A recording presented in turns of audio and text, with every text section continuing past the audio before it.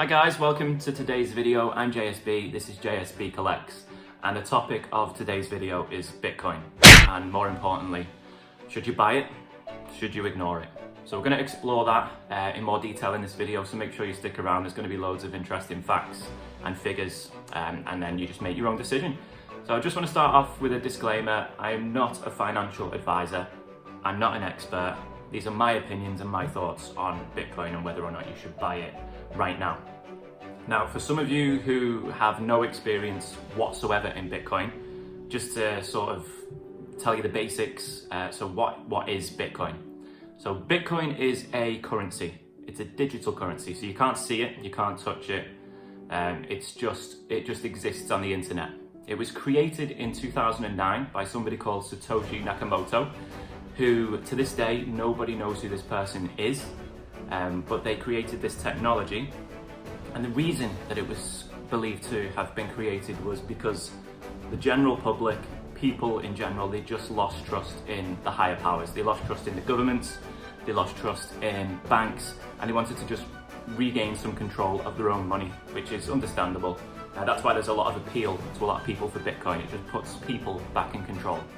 Now, there are literally, it's a bit risky speaking about Bitcoin because there's two very opposing arguments for Bitcoin and two sets of people. So on this side, you've got people who almost treat Bitcoin as a religion. You know, if you say a bad word about Bitcoin, they attack. They're like vultures. As soon as you say one bad word, that's it. You know, it's almost like a cult, like a religion. This group of people believe that Bitcoin is the future. They believe that there'll be no more tangible physical money in the future and everything will be done online. You know, money will be a thing of the past.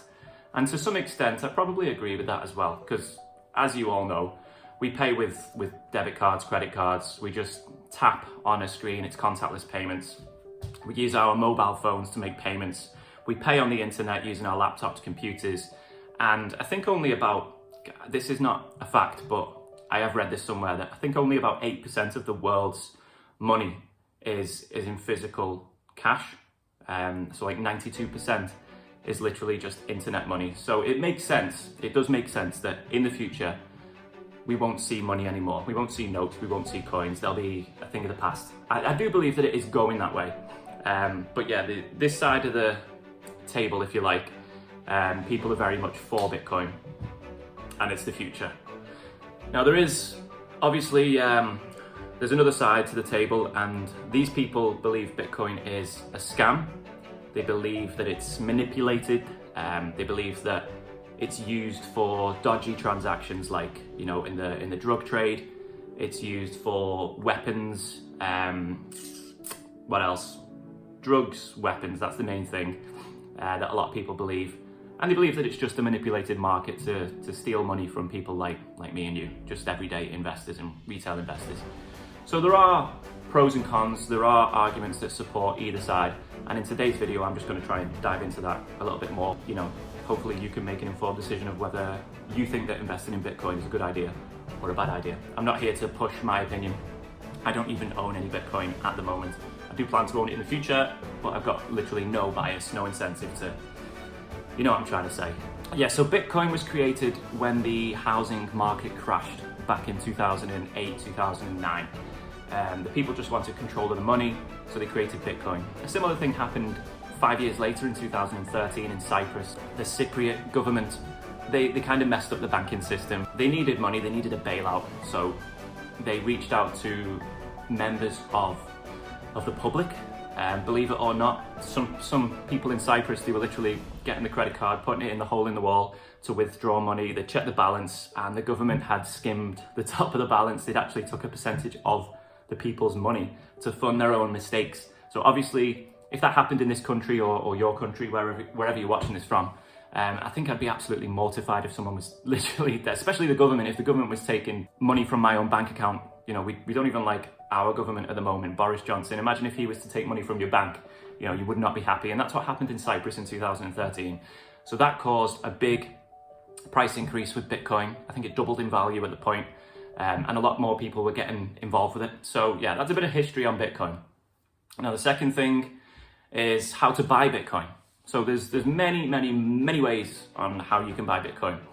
Now, the easiest way to buy Bitcoin, in my opinion, is using this app called Coinbase. There's other ways, just a disclaimer, that's not the only app. You've got Coinbase, eToro, you've got Webull, you've got Trading 212, Plus 500. There's all kinds of companies out there, but I think the easiest one for beginners, in my opinion, from my experience, is probably Coinbase. So you go onto the Coinbase app. This is what it looks like. If you want to deposit money, then literally this is what you do.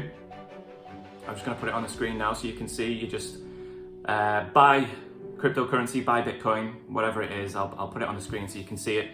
And it's literally as simple as that. So you buy it in the hope that it increases in value, and you can track that daily. You can get notifications. It's pretty simple. Anyone can do it. You can do it, I can do it. So yeah, that's how you do it. Now, the next thing I'm going to talk about is, should you buy Bitcoin? Is now a good time to buy Bitcoin? Bitcoin, since it was established back in 2009, it's basically what's happened. It's gone up in value, it's hit a spike, it's hit an all-time high, and then it's crashed. It's dramatically dropped in value, and a lot of people have lost money. Then, when it's been at its lowest, it's shot up again. It's literally like a roller coaster. It's literally doing that. So one of the obvious fundamentals in investing is, the aim is to buy when the price is low and to sell when the price is high. Obviously, no one knows what the low point is and what the high point is, but it's a little bit of a gamble. But that's the idea. Now, at the moment, Bitcoin is at its all-time high, trading at approximately $41,000. It's never been this high before in history. So you probably noticed that in the news, your local newspapers, news articles online, TV, radio, you'll be hearing a lot about it. Bitcoin has hit an all-time high. So what does that do? That sparks fear among the general public. Fear, it's called FOMO, fear of missing out. So people think, I really need to buy Bitcoin. I don't want to miss out on this. What if Bitcoin goes to £1 million, $1 million, $2 million? I need to buy it. So people with that mindset that are seeing it all over the place, what happens is, and what has happened over the last 10 years, people will buy at this stage while the price is at an all-time high. They will hope that the price continues to grow. But what actually happens, and what has happened since 2010, when it's hit these parabolic all-time highs, the price has just crashed. It's significantly crashed. People like you and me have lost money. And that leads me on to my next point. So market manipulation is what I want to talk about now.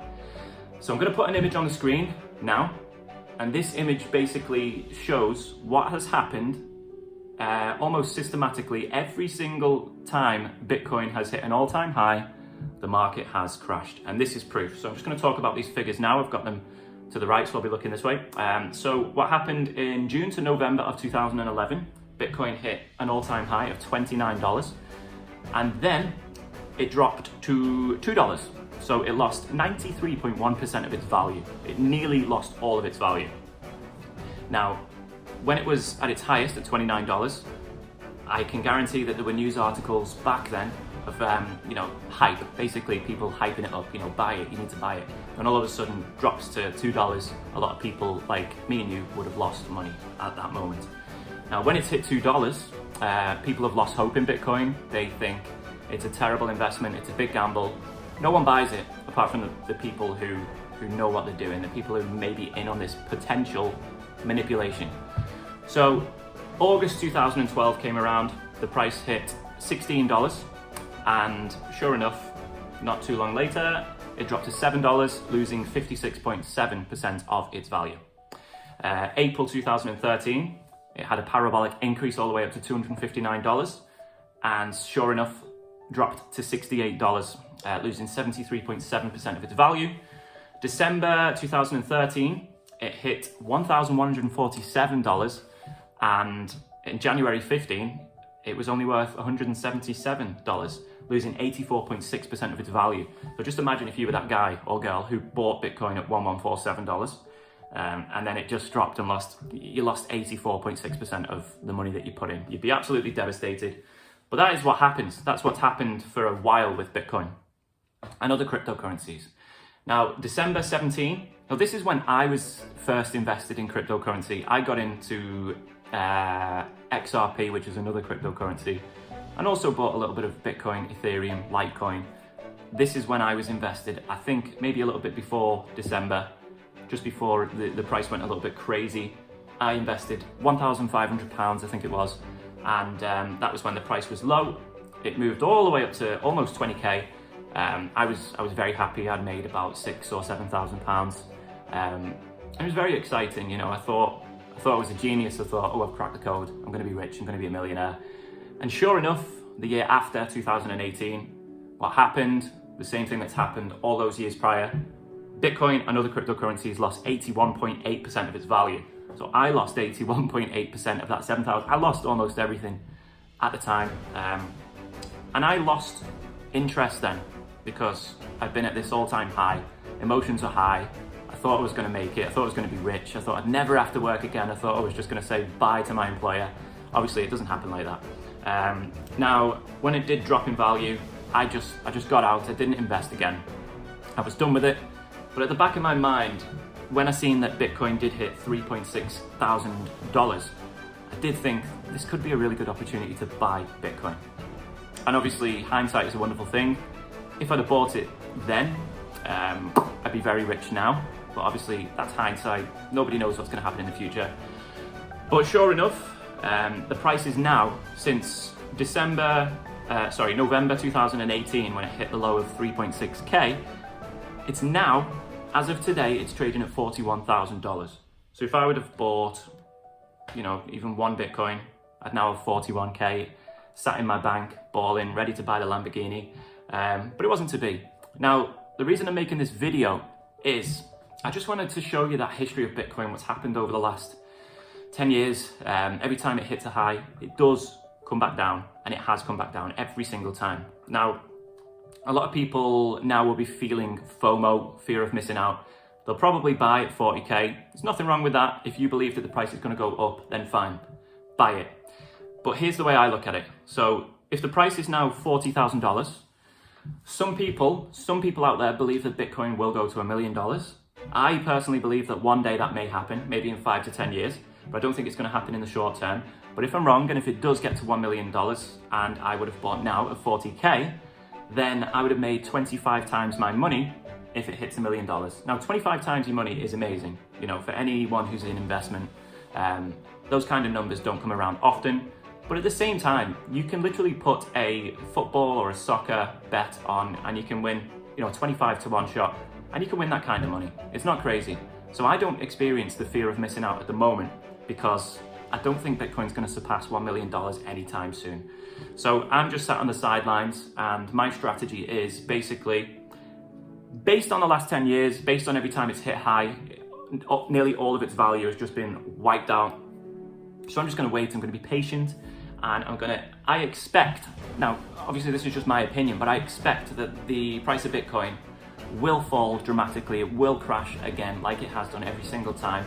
And I think it'll crash to below 10,000. And if and when that happens, that's the point where I plan to buy. I'm saving up at the moment, saving up money, and when or if that time comes, I'll be poised, I'll be ready to buy. It might never happen, but you know, I think that it is a possibility based on the past 10 years. So yeah, to sum up, should you buy Bitcoin? It's entirely up to you. It is risky. It's the most risky, most volatile asset class that there is to invest in. So make sure that you're okay with the risk to reward ratio. Obviously, don't gamble what you can't afford to lose. Don't think it's a quick rich scheme, because it's not. It's definitely not. Nobody's going to be a overnight millionaire unless you're just extremely lucky, but you may as well put the lottery on. I think the best strategy personally is just watch from the sidelines and wait for an opportunity. If this price comes down to 30k a Bitcoin, you don't have to buy a full Bitcoin, by the way. You can buy a percentage of Bitcoin. But if it hits 30k, maybe invest some money, maybe 1% of your net worth. Don't go crazy, 1 to 5% of your net worth. Any more than you're really exposing yourself to lose a lot of money. And then if it goes down to 20k, maybe invest some more. 10k, invest some more. Just buy when it's low, and don't be tricked, and don't be tempted to buy when the price is really high, because you're just going to be filling the pockets of the rich and the people who may be manipulating the market. So yeah, I hope this video brought you some value. I appreciate you watching it. If you've got to the end of the video, well done. 15 minutes, it's a long video. Please like it, please comment, and also subscribe. And yeah, take care. Thanks for watching.